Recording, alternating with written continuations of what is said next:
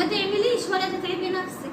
بس هقول لماما بقى انك انتي لما تيجي تروحي الدرس، بقول لكم ايه يا بنات، هنزل اجيب لكم الخضار واللحمه، وعايزه اجي الاقي الدنيا زي الفل، عشان بس ايه اجي ونعمل الغدا.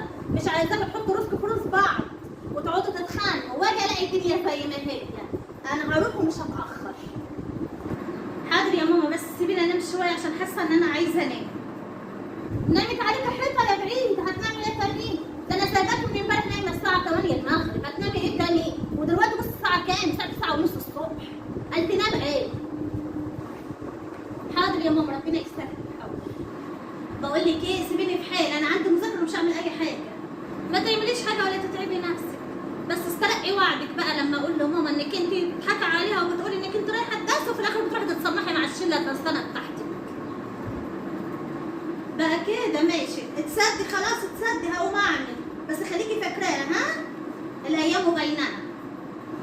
يلا حلوه، اقوم كده على المطبخ قدامي، شوف المطبخ عايز ايه، كنسي واغسلي المواعين وروقي ونشري، وبالمره كده لما ماما تيجي كده بالخضار واللحمه كملي جميلك كده واطبخي.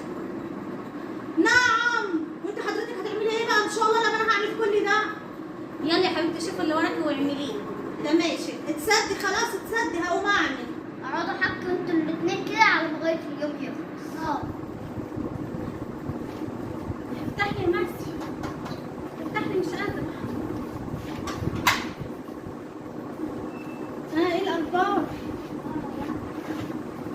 الله ينور، الله ينور. بل اظن ان انا ما تاخرتش اهو. عملتوا ايه؟ ايه الاخبار؟ تسلم ايديكم، شاطرين.